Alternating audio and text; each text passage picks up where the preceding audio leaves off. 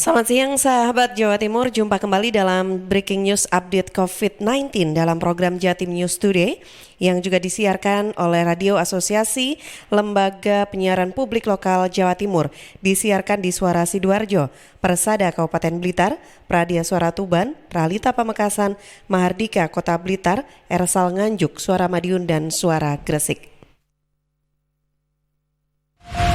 Rangkuman kabar update penanganan COVID-19 untuk regional Jawa Timur segera sahabat simak dalam Update COVID-19. Ya sahabat, dan untuk mulai Breaking News Update COVID-19 edisi hari ini di hari Senin ya 25 Mei 2020, kita awali dari laporan reporter Suara Sidoarjo. Ada Panci Harto yang mengabarkan bahwa Dinas Sosial Sidoarjo minta desa kelurahan update data terbaru warga penerima bansos terdampak COVID-19. Sahabat, di tengah pandemi virus corona COVID-19, banyak warga yang terdampak secara sosial dan ekonomi. Pemerintah baik dari tingkat pusat maupun tingkat Kabupaten Sidoarjo tengah melakukan pendataan bagi siapa saja warga yang berhak untuk mendapatkan bantuan sosial bansos.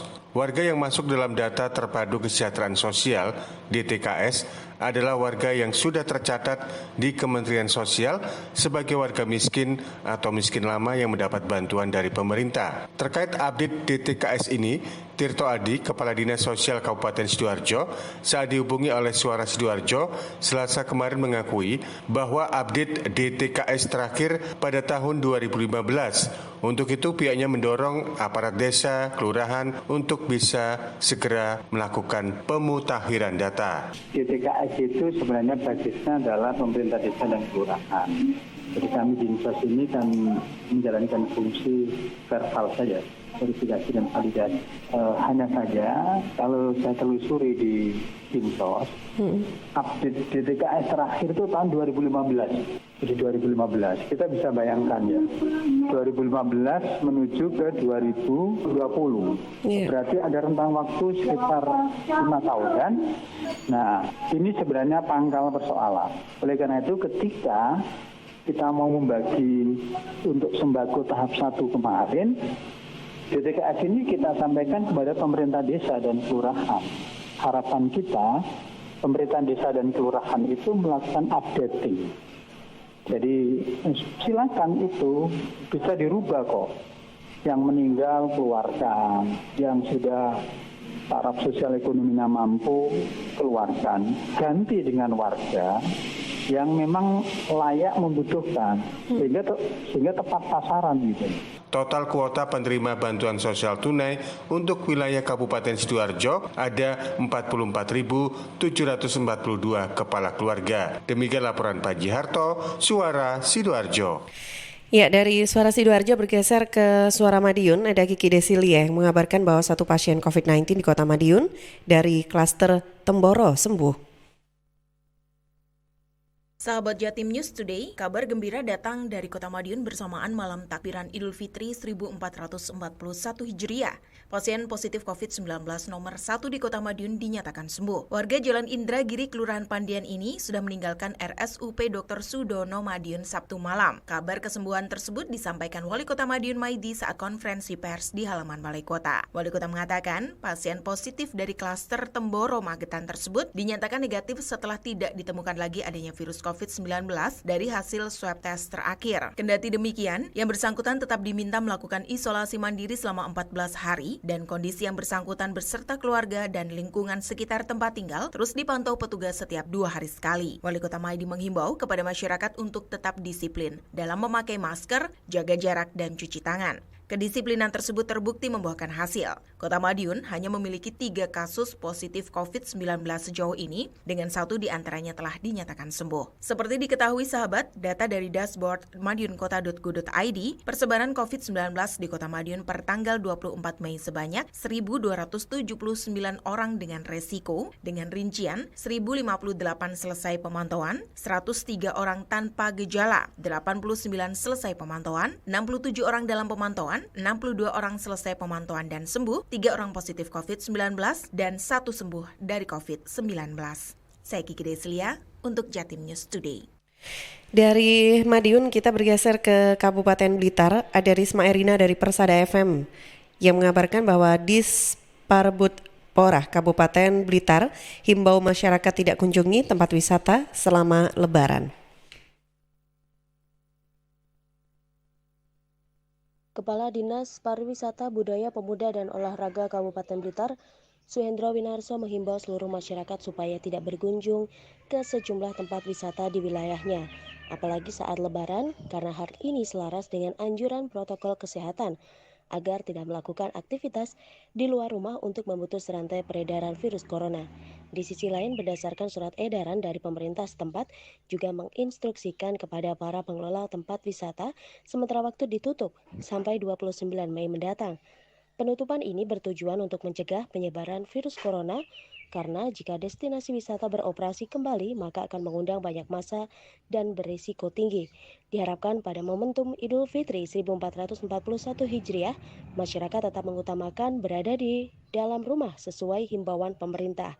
Suhendra menambahkan, dalam menyikapi penyebaran virus corona dibutuhkan peran seluruh lintas sektor untuk bersinergi bersama melawan COVID-19, sehingga dengan kebersamaan wabah tersebut segera berakhir dan aktivitas masyarakat kembali seperti sedia kala.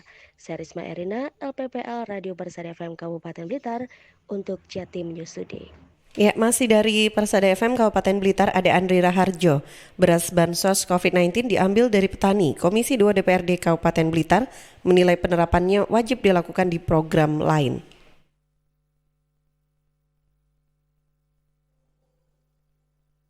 Pemerintah Kabupaten Blitar telah memberdayakan masyarakat petani padi dalam program bantuan sosial atau Bansos kepada warga terdampak COVID-19, yakni dengan membeli beras mereka melalui kelompok tani.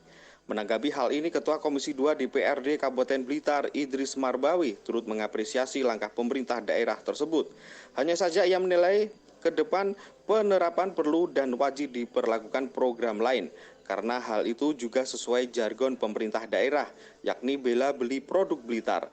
Menurutnya, pengambilan padi atau beras langsung kepada petani dipastikan berpengaruh. Selain ada simbiosis mutualisme yang saling menguntungkan, harganya juga akan tetap stabil. Sebelumnya, Kepala Dinas Pertanian dan Pangan Kabupaten Blitar, Wawan Widianto, mengatakan penerapan pada program lain sudah direncanakan, seperti pada program bantuan pangan non-tunai atau BPNT, di mana salah satunya harus ditukarkan dengan beras.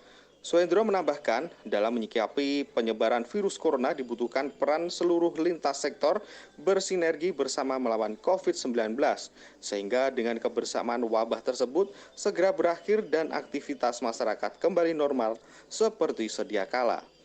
Andri Raharjo, LPPL, Radio Persada FM Blitar. Ya, dari Persada FM Kabupaten Blitar selanjutnya ke Kota Blitar ada Kirana Nisa dari Mahardika FM. Penyaluran BLT tahap pertama mencapai 93,7%. Dinas Sosial Kota Blitar masih tunggu petunjuk Kemensos untuk penyaluran tahap kedua. Sobat pemerintah Kota Blitar melalui Dinas Sosial telah menyelesaikan penyaluran bantuan langsung tunai BLT tahap pertama beberapa waktu lalu. Namun sampai saat ini penyaluran belum 100% karena beberapa faktor. Rio Istanto, Kepala Dinas Sosial Kota Blitar, dikonfirmasi Sabtu 23 Mei 2020 mengatakan penyaluran BLT tahap pertama mencapai 97,3%. Menurut Rio, terdapat beberapa faktor yang mempengaruhi penyaluran BLT tahap pertama belum 100%. Misalnya adanya penerima yang sudah meninggal, pindah domisili, dan sebagian menolak bantuan karena merasa sudah mampu. Saat ini dinas setempat masih merekap data BLT yang gagal disalurkan untuk selanjutnya dikirim ke Kementerian Sosial RI. Prio mengatakan masih menunggu arahan dari pusat terkait perbaikan data dan mekanisme penyaluran tahap kedua. Jika memang ada perbaikan dari Kemensos, maka pihaknya akan kembali melakukan penyisiran penerima bantuan BLT. Namun jika tidak ada perbaikan, maka dimungkinkan kuota penerima BLT di Kota Blitar berkurang. Prio mengatakan penerima BLT Kota Blitar saat ini mencapai 8.640 orang, dengan rincian 215 orang penerima melalui rekening dan 8.425 orang penerima melalui kantor pos. Seluruhnya berhak atas bantuan senilai Rp600.000 tanpa potongan. Nanti kementerian kita akan melakukan evaluasi. Saya juga akan lihat datanya yang kemarin dilaporkan dari teman-teman PKSK, ada yang... Prio menegaskan BLT diberikan selama 3 bulan selama wabah corona, terhitung mulai bulan April sampai Juni 2020. Kategori penerima adalah mereka yang terdampak wabah corona di luar penerima BPNT dan Rastrada. Kirana Nisa, Mahardika FM. Dan demikian sahabat untuk Breaking News Update COVID-19 untuk program Jatim News Today edisi hari ini yang juga disiarkan di Radio Asosiasi Lembaga Penyiaran Publik Lokal Jawa Timur.